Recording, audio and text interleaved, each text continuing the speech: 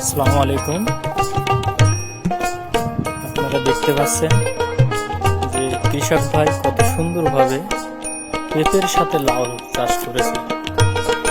এটা কিন্তু একটা আধুনিক চাষ পদ্ধতি, যে উপরে পেঁপে থাকবে, নিচে লাউ দিতে পারবেন, কিংবা মরিচ চাষ করতে পারবেন, টমেটো দিতে পারবেন।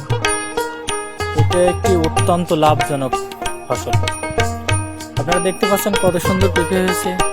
উপরে পেঁপে, এখন তো শীতের মৌসুম, কিছুদিন গেলে আরো ভালো হবে। আর নিচে লাউ। অলরেডি এখানে কিন্তু লাউ দুই একটা জালি দেখা যাচ্ছে, কিছুদিন পরেই আরো বেশি হবে। এই যে আপনারা দেখুন কত সুন্দর জালি করছে লাউ।